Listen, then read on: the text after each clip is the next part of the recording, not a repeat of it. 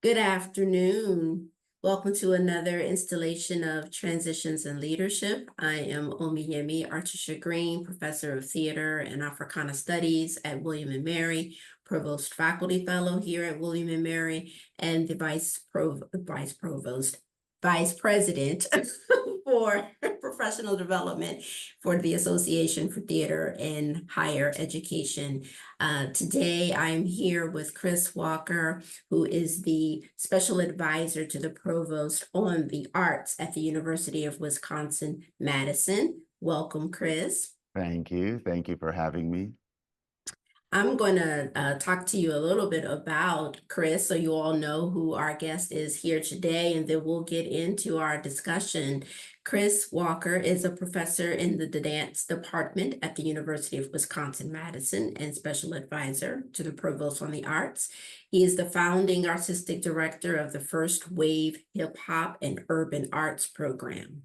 A contemporary dance artist and scholar from Jamaica, Walker's work investigates African Caribbean dance as a lens for environmental activism, social justice, and cultural preservation, bridging creative practice with academic inquiry. Chris's choreographic research engages with the cultural technologies and resistance aesthetics of the African diaspora as a foundational movement and mythology for his contemporary art. His work spans concert dance, movement dramaturgy for theater, and interdisciplinary collaborations with visual and performance artists for museums, alternative spaces, and film.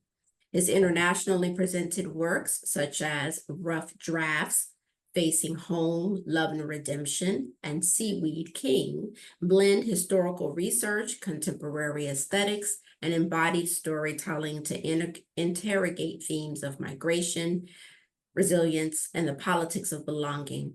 His choreographic explorations extend to artivism, using performance to engage communities in urgent dialogues on cultural and environmental sustainability.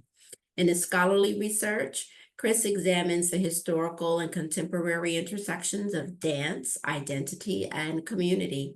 His recent academic contributions include the chapter, Dancing to a Different Beat, the distinctive evolution of dance education research in Jamaica, particularly through institutions like the Edna Manley College and the Jamaica Cultural Development Commission. His other published works, Dance in a Hall, Dance in a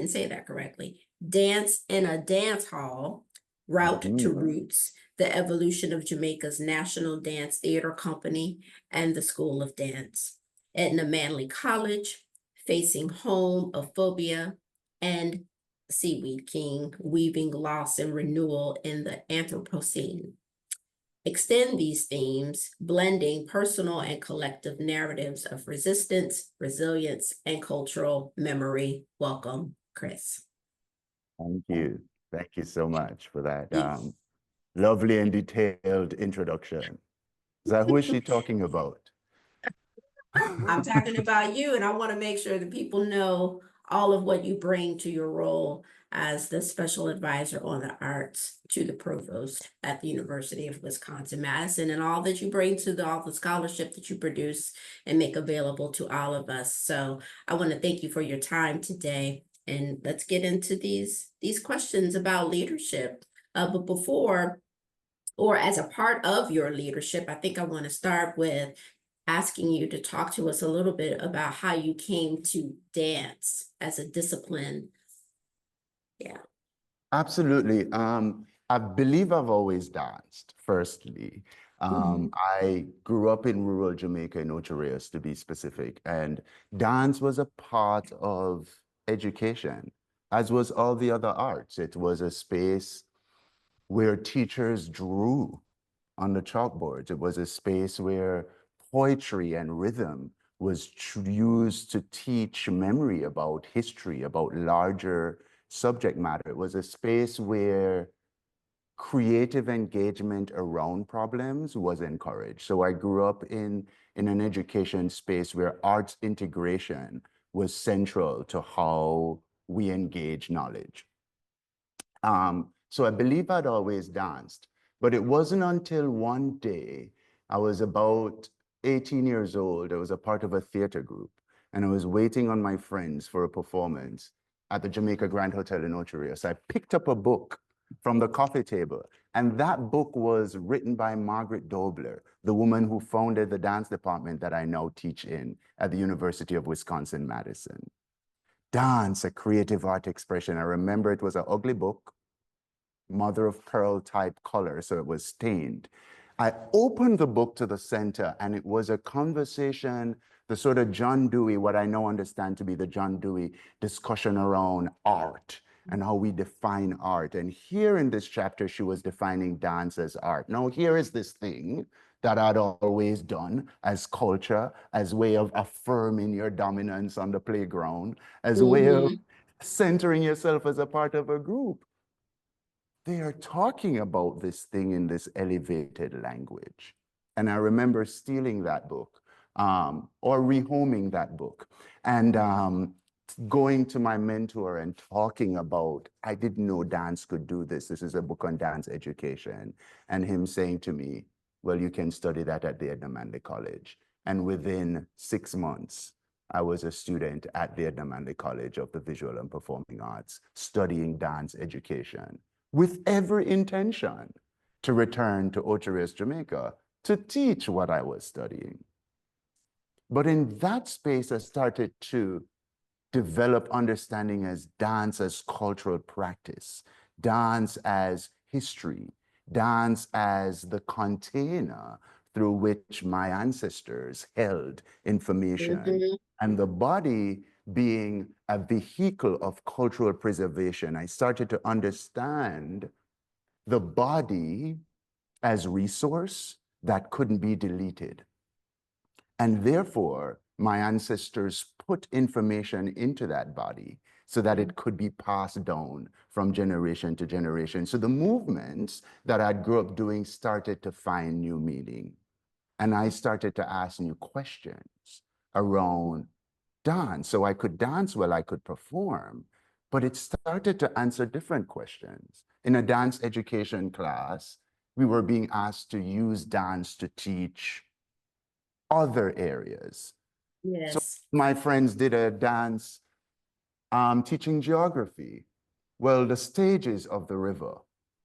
And so we started with our bodies experiencing whirlpool, experiencing concave and convex shapes, with our bodies forming deltas, right? So now I'm in college understanding dance as a tool to educate, dance as a tool of cultural preservation, and dance as a tool of transformation. So Yes. grad school became the logical next step, right? Because I now start to develop what we would say a theory around dance and what dance could do. Yes, that is powerful, and resonating with me on multiple levels, because that is, though I may express it differently, is how I think about theater as a form and how I teach to my own students. I'm teaching That's you right. so much more, right, through this as a Theater. particular medium. That's right. Well, since we can do so many things through the arts, talk to us a little bit about how dance education has shaped your approach to leadership. And as a part of that question, what are some of the epistemological values that you take from dance education that also inform your leadership? Yes. And embodied epistemology. Mm-hmm. Yep. I think of an embodied epistemology and all that comes with centering the body and the person in the body as the authority over the experience, irrespective of what is being learned and how the information is coming into that body.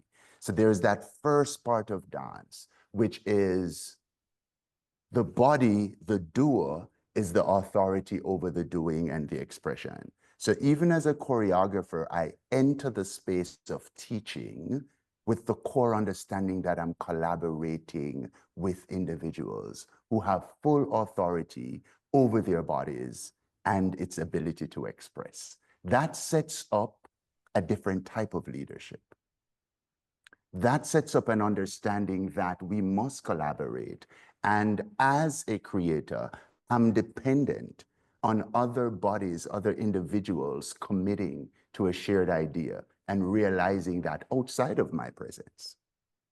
So even dance choreography, the ability to create with others and then trusting the delivery of that to an audience over and over again, I believe started to shape my relationship with leadership in a way that it is a collaborative, democratic process where if you're able to center the identities of those who are in the act of doing around an understanding that we have a shared mission together, then we're working together to accomplish that. So this embodied epistemology thinks about where knowledge is produced, transmitted, or transformed through the body. In my work, yes, we look at expressive movement, but we also think about it as a method of inquiry, how we carry cultural memories, how we interrogate systems, and how we then use that understanding to enact meaning through contemporary art or expression. Like you said in my bio, my work is rooted in African Caribbean diasporic traditions. I've always been interested as a contemporary artist, how we use these traditions that hold so much information, right? Because the body had value and because you could hide information in the body, the reproduction of that information then, for me, is a citation of that history. Yes. Right? And so I think of accessing that knowledge source as ways of continuing those conversations. So when I cite a traditional vocabulary that was developed 200 years ago and in which family members have done it these ways, I'm advancing a particular narrative. Then I'm also using that new language to make new meaning. And so the body becomes both a site of ancestral knowledge, resistance, and imagination. So I can inform the body with this history, but I also can imagine new futures. And I think that is the epistemology that, for me at least, results in a critical understanding of identity, place, history that goes beyond the written word. Okay, so I'm gonna switch gears just a little bit because I had two other questions before this one, but this is about leadership and vision. And I'm curious in the space of imagining new futures, how the role that you have as special advisor to the provost on the arts at the University of Wisconsin-Madison has become this space where we can imagine new futures, right? Talk to us about what you do in that role. Yes.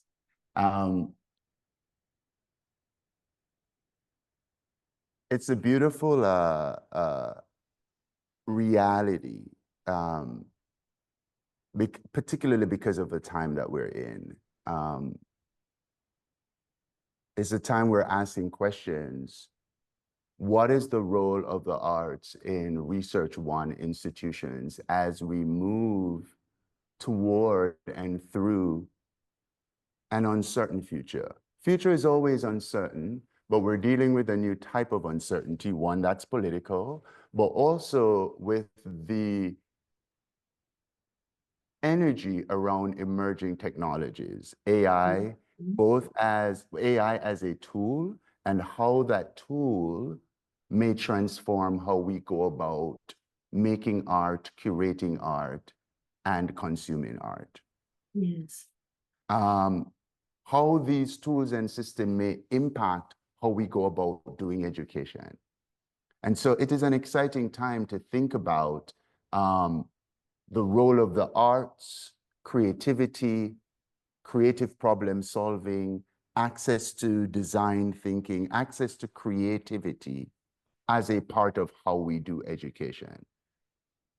So to be in a role to be able to engage with the provost around these larger questions, right? Seeing the university in 50 years and the infrastructure that we set up so everyone can have access to arts and creative problem solving. What are these tools, these transferable tools? One of the things that come up for me when I think about arts leaders, right, is the understanding of embodied excellence. Theater artists know this too, so I know I'm not teaching you anything here, right? You, an actor, a dancer, a musician, anyone who has to create with the body understands when they are at the point of right. They understand when they're just below. All the feedback externally will inform and help, but there is an internal persistence toward excellence that is a part of the work of creating, making, and presenting with the body. And that goes beyond that which can be taught and triggers and inspires this individual commitment to excellence, right? So we see that when the arts and creative methodologies are embraced as a part of the process of learning and how we do research. So one of the projects that I'm working on here at UW-Madison is called Creative Pathways. And we're looking at how we center the arts in how we do research, teaching, and service at the University of Wisconsin-Madison. So the arts for everyone, everywhere, irrespective of your point of entry, you should be able to interact with the arts, creative engagement, design ideas as ways of how you go about your university experience. So at this level, in this position, I feel a unique privilege in being able to have those conversations or guide those conversations. Another significant part of this role is external relations.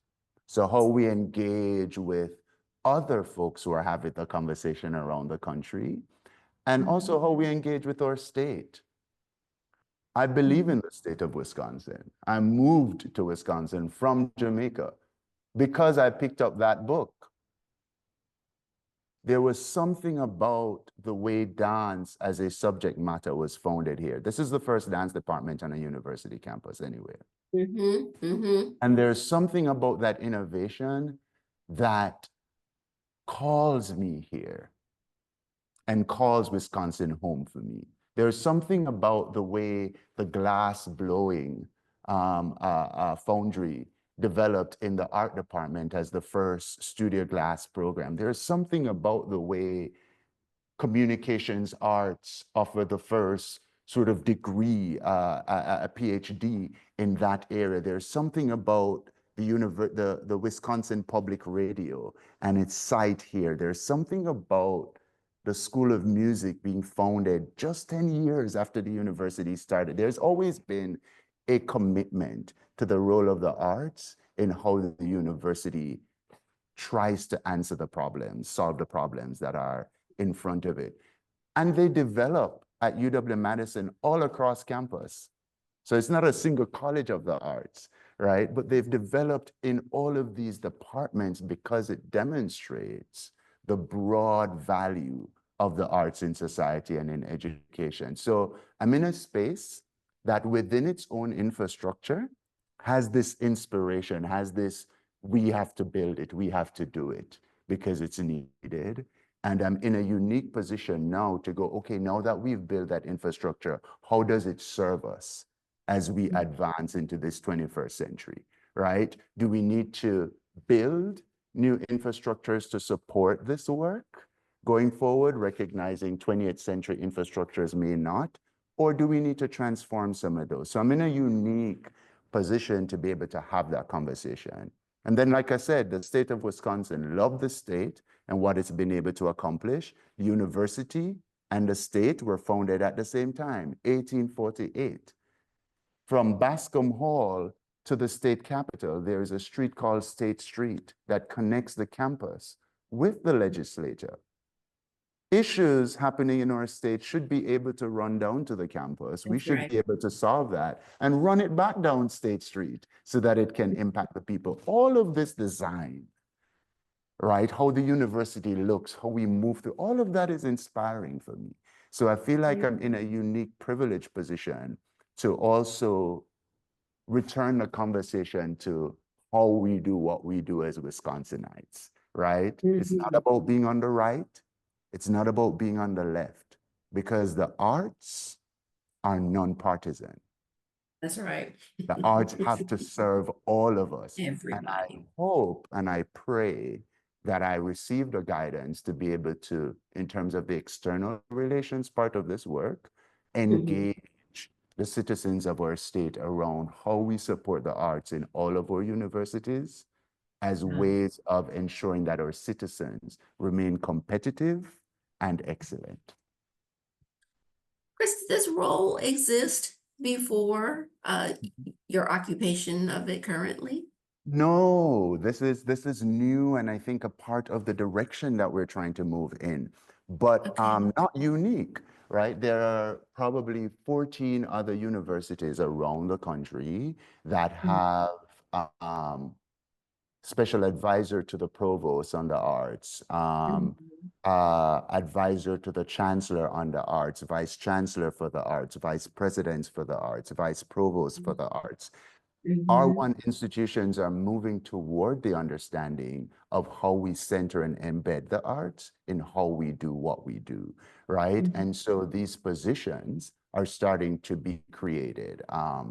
Over the last 8 or so years, we've seen these positions being created. So this is new for UW-Madison, but like I said, it's taking advantage of an infrastructure that started in 1856, right? And we're at a place right now where we're looking at what the university of the future looks like, what leadership looks like, and how we build an infrastructure to be able to pull the arts together into that leadership. Yeah, that's wonderful. I'm going to switch gears a little bit, and these questions are all about navigating leadership transitions. So this is getting into the weeds, so to speak, of how we end up in leadership roles beyond the leadership roles we might have in the classroom. My first question would be, what were some of the most valuable experiences that prepared you for your current leadership role, which is new, right? So can you think of a couple of examples of experiences that prepared you for this role? I can, quite specifically, leadership conferences. So there was a previous leadership role that I was in as director of the Division of the Arts.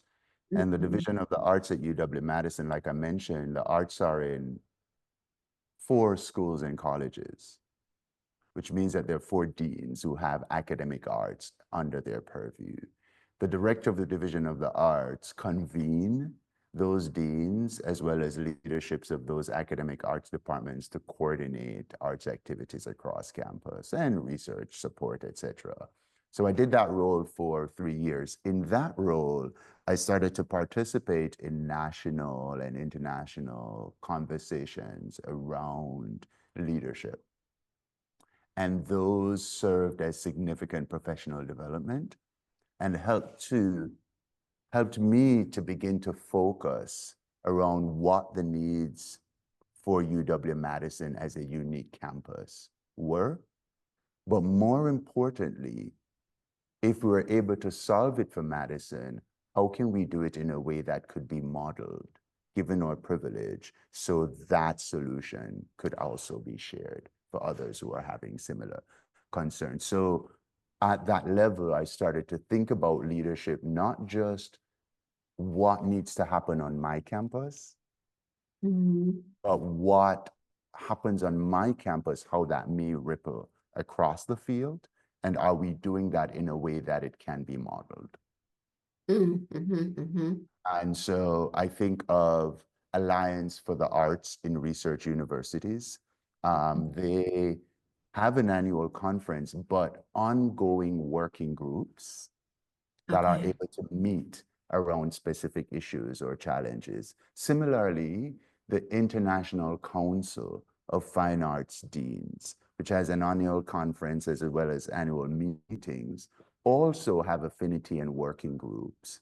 And so within that space, we're able to meet with colleagues who are working on similar challenges. And those spaces have proved to be important, not just in the professional development side, but also in the space to be able to talk through challenges that may be happening on your campus with others who are having similar challenges and come up with some new pathways and solutions or even ideas that you could bring back to your space. So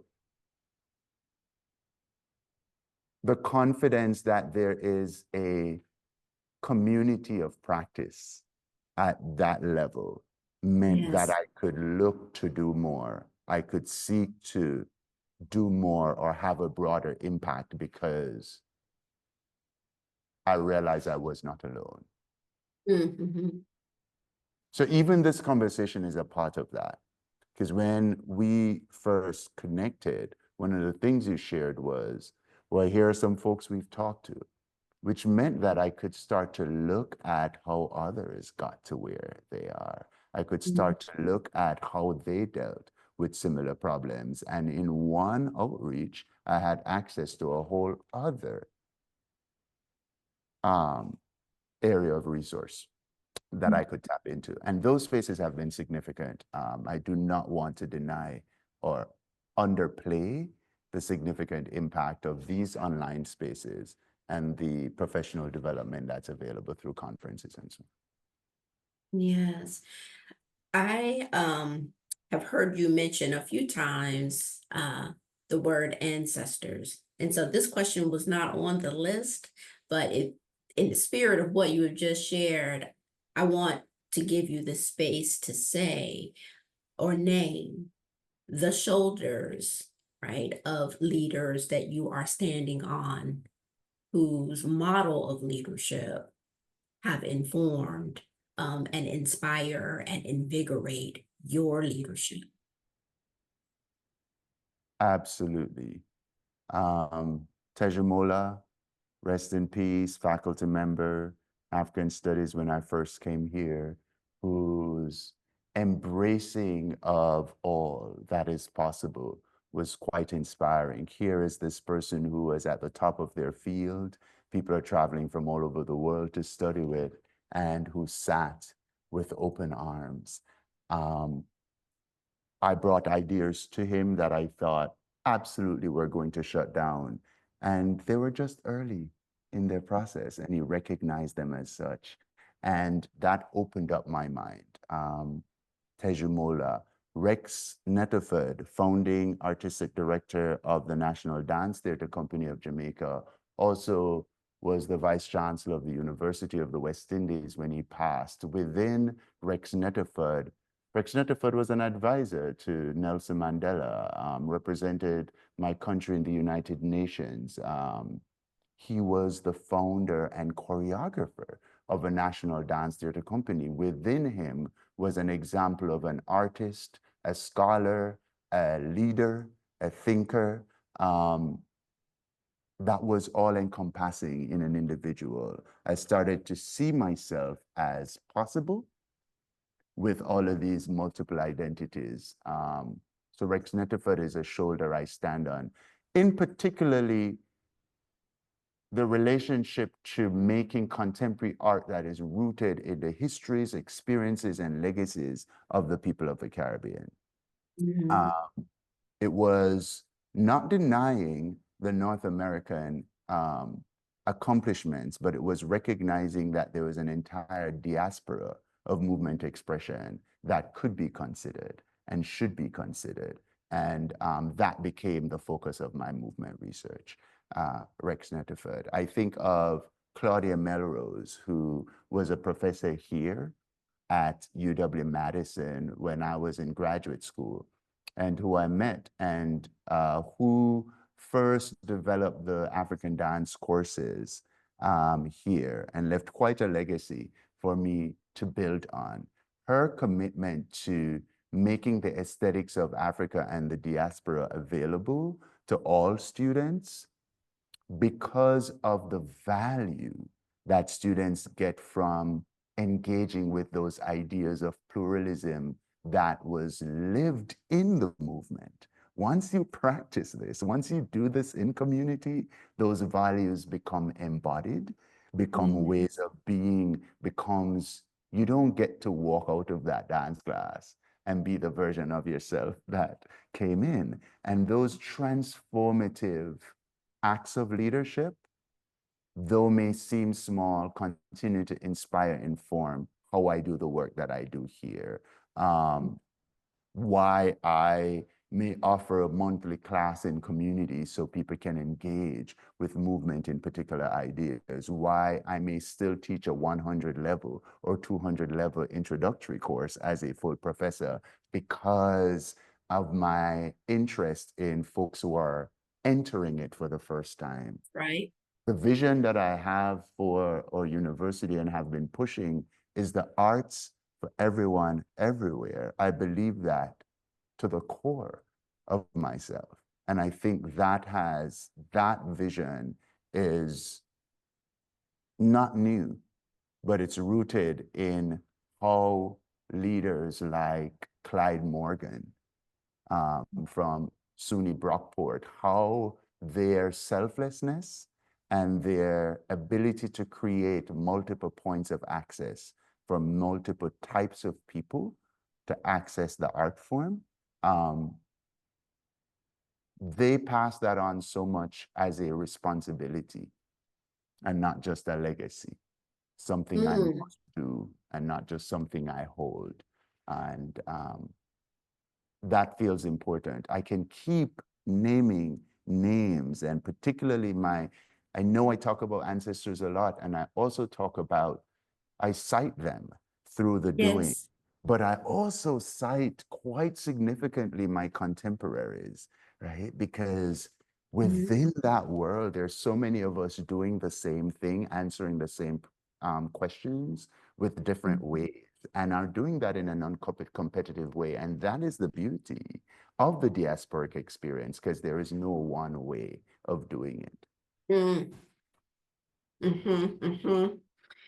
You said, even as a full professor, even as a special advisor to the provost on the arts, you're still in the classroom. Yes, did I hear that Yes, I correctly? am. I am. Okay. How are you maintaining the balance between this advisory role, in the cabinet, working in the classroom, and I take it you're still active as a scholar, as a creative researcher. How do you maintain balance in your life, moving along this continuum, right from the classroom to the cabinet? Yeah. The truth is, I don't. Mhm. I've been working on finding that balance. But to be absolutely honest, I've not found that balance yet because this role is new. And the demand of my time and brain is different in the strategic thinking mindset than what I have to bring to the classroom. And so I have found some difficulty in making that transition. This semester, I've ensured that their teaching days are teaching days, and therefore I can think about student notes, think about feedback for students, think about class planning, think about projecting where we need to go based on what I'm seeing in students' activities. But that's not as discrete as we want it to be, right? Because a creative idea may be triggered by something that you're moving past through the day, but it's not a teaching day or it's not a choreography day. So even that idea of structuring different days has not worked. But what I've realized is that balance is an ongoing negotiation. And if I try to say it should look like A or B, then I'll never arrive at it. What I'm arriving at is a place of joy, happiness, and accomplishment. And if I can arrive at those places with the appropriate rest, then I know that I'm actually doing it well. So they overlap, they cross over. One area may force me to ask question of another area. And it's not until I started to fully embrace this leadership as I do an art process, which is to not deny what is happening in front of me, but to actually question it, right? Pull that apart and then apply it directly to the problem that we're trying to solve. That way, I start to see how side A influences side B, rather than trying to create discrete spaces to do the work. The balance comes in a malleable way, and in different ways. This type of work can only be done with the idea of flexible hours, right? Because come Saturday morning may be the time when you actually are inspired to go through. And so you worked for 7-8 hours on a Saturday when technically you're off. So it's a sort of adaptable engagement with time and expectation, and a firm structure of timelines for completion within that, right? So my relationship with balance has changed. Doesn't mean that I'm attempting to work more. It means that I'm respectful of how my brain is working different and what it may ask of me differently. They don't, the strategic mindset is very, very different from what I bring to prepare for my students. We had our last class session yesterday, and we spent quite a bit of time discussing what the semester was, and they built my confidence because I wasn't sure the processes we had put in place were being as effective. And all the check-ins that I'd put in throughout the semester seemed okay. But when the students actually finally spoke to it, for the first time, I realized it wasn't just okay. It is quite positive because I was truly able to be adaptable, and that also reflected on them because they also had the permission to be adaptable and to be flexible. So it was valuable feedback in this idea of balance being a negotiation with expectation, accomplishment, finding joy, finding rest, and the flexibility and adaptability to ensure that those things may happen in a way that you don't expect, but at the end, based on the agreed timeline, you get to that place together. We don't, there's no one in the chat.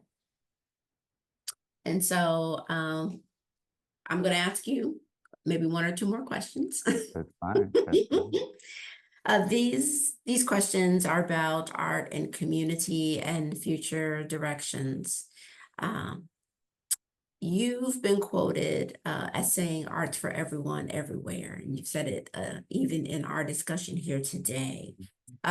So in this role, and this might give you an opportunity to talk a little bit more about the specifics of how this works in operation at UW,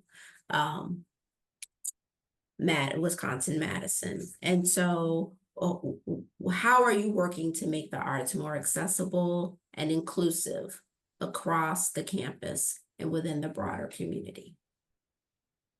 Thank you for that question.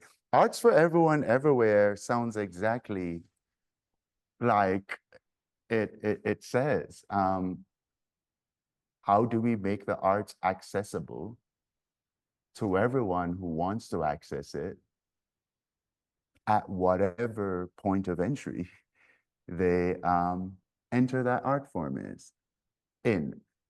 On a university campus, how do we make that a reality? The first layer is, like I said, I'm working on this Creative Pathways project. The first layer is looking at what our current landscape is. how is the arts experience at UW now? So how are the arts experience through arts courses, through interdisciplinary arts experiences, or through arts events, whether it's through going to the museum or going to music performance or a theater performance. How are the arts accessed? So we're doing a mapping of the landscape of arts activities. And in that way, we'll have an understanding of who is able to access the arts, where are the gaps, are there gaps, and what do we need to do to fill them? It's a vision for being able to access the arts irrespective of whether you've taken a movement class or a music class before and you desire to take it now. Is that available to you at UW-Madison, and in what ways, right? So there are multiple ways that we can break down that access. We have the studio, which is a residential learning community for folks interested in the arts. And irrespective of what they're going to major, what they do have in common and what they do have within their residence hall is access to studios, to a theater, to arts activities, to instructors who will come in on a weekly basis to engage around different art forms, et cetera, et cetera. We have the academic arts departments that are focused on the discipline. So the music school is focused on music, the dance department is focused on dance, and that's probably centered around their majors. But then each of those departments will offer what are then elective courses, right? So folks who've never participated in that art form or who've done it before and want to continue that practice can enter those classes. A part of this survey is looking at, do our academic arts departments have enough entry-level experience for folks who've come to the university and not having experienced that before? Outside of that, who are the other folks who create arts experiences? The Office of Multicultural Arts Initiatives that administer the First Wave program, through their activities, have workshops. They have a monthly open mic. Attached to the open mic, they bring in a guest artist who teaches workshops in creative writing and poetry writing and spoken word, etc. Students are able to access those workshops for free of charge, right? Wheelhouse Studios, a studio on campus that then offers arts experiences to groups and individuals, so on and so forth. So all throughout the campus, we're looking at, for that first time experience, are you able to access it? Are there enough scaffolds for students to be able to try it for the first time? At the faculty and staff level, we partnered with our office of, financial office to offer free tickets to faculty and staff to go to arts events across the university. This was piloted with a program, free tickets to sports events. Now you can imagine free tickets to sports events, one of ours or stadium will hold, say, 50,000 people for a single event. When I did the math, or arts events for that year when we started, it had something like 58,000 seats for the entire year, right? So we could easily make a case around how many tickets, free tickets for arts events, and that has been significantly supported. And so that has meant that faculty and staff who may have had a barrier, right, babysitter, whatnot, cost to go to an arts event, are able to get a free ticket and go to that event. And that has, the response to that has been quite significant. So at the first layer, we're trying to reduce barrier to participation and increase access. So even if you've never seen it before, you walking through the corridor, you see it, you may try it for the first time. So reduce access, increase access to participation and reduce barriers to engagement. And that has been the primary focus. So those are some examples of some strategies that we've employed on our own campus. We've also, I think this is important, we've done we've added a new event at the beginning of the semester called Arts Forward Together.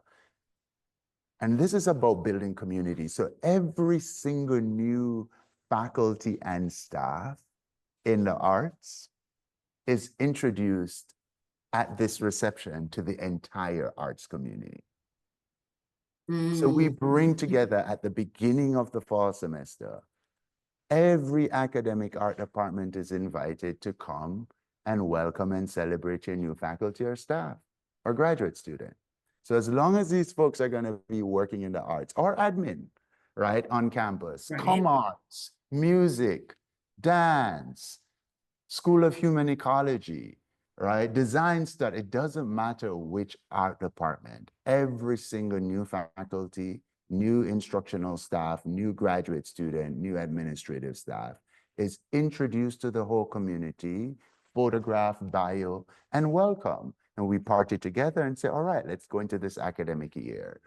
That, for me, that centering of the arts community is a significant part of, again, how we do that work and how we have that conversation. The provost, campus leadership comes to that event to welcome everyone and invite everyone to this conversation and demonstrate the value of what you bring to the university. That may seem like a small thing, but I think has significant impact in terms of No, it actually sounds like a big thing. That sounds wonderful. And that's beyond what other new orientation structures they may have and will Absolutely. attend as they are Absolutely. incorporated into the department, and to the Yes. university. Yes, because the future is interdisciplinary. And if the future is interdisciplinary, how do we connect folks who are deeply entrenched in disciplines to be able to see and engage with others outside of their disciplines, That's right? right. And we want the disciplines. It's because of our disciplinary excellence why the arts are so powerful at UW-Madison. But the future is interdisciplinary. And so we are also looking at how we create the infrastructure, the culture, right? Culture and infrastructure work hand in hand. You can build the infrastructure, but without the culture, nothing happens. So bringing people together to value each other, value each other's research, see each other, know each other, will inspire collaborative projects, will inspire cross-departmental grants, will inspire that outreach toward another area to bring a different perspective to this problem. Let's see here. Of some of my questions you've asked, let me see. Okay, I'm going to end with this one. So Yes. in terms of a Make it future an easy one, you direction, know. You've been leaning in very hard. This has been such a serious conversation. I feel like it's time to laugh. okay. I think, and you've tiptoed into this area, so I think this is an easy one.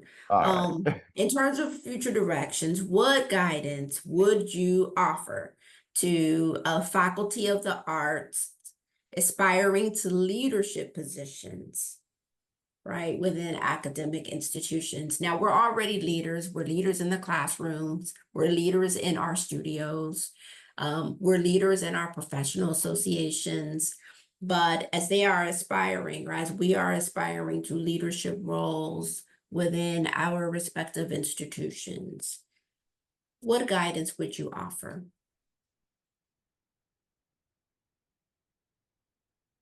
I deeply believe that more arts faculty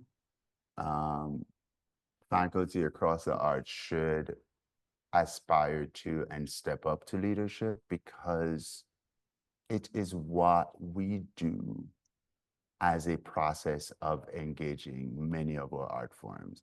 I think of theater directors, directing faculty, and the type of leadership that it takes to direct, produce, and present a play. And that these are skills that are human-centered, that believe in a larger objective and are able to bring a group of people together to meet that objective. These are leaders who are empathetic because the work that they do, for example, myself as a choreographer, is dependent on others to realize that vision that started in your head and that an audience is going to see without you even present. That type of leadership builds collaboration. They're able to inspire folks, and they're able to see solutions to the problems in multiple ways. It's a natural part of the work that we do to invite multiple voices in to the feedback. And so what I would say is be inspired by the work that you do. Know that because of what you do, it can be transferred in these other areas of academic leadership because it is so human-centered, because it is so empathetic. There's a whole branch of leadership right now that is centering around empathetic leadership. And when I read that work and listen to those talks, what they're talking about is what the theater director do. It is what the choreographer does. It is what the curator do because of the deep collaborative empathetic spirit that it takes to do that work. So what would I say to artists, arts faculty who are interested in leadership? Be inspired by the fact that the work that you do is an act of leadership and those skills are transferable. Know that when you enter a room, your voice is valuable because you're often able to see and speak to the problem from a different perspective. Don't be afraid of that. That is important. That's often what the room needs to hear. Ending with building courage and confidence, I think Yes, is a ma'am. great place to bring this conversation to a close. You have certainly inspired me through all that you have offered, and I am confident that you will inspire those who will catch this on the replay. I thank you for your time and the wisdom and the generosity that you have shared with us through Transitions in Leadership and ATHA, the Association for Theater and Higher Ed more broadly. I'm so glad to have reached out to you and for you to say yes and come and spend this time with us today. Thank you so much for having me. And again, thanks for your flexibility. I am so happy we've had a chance to have Absolutely. this conversation.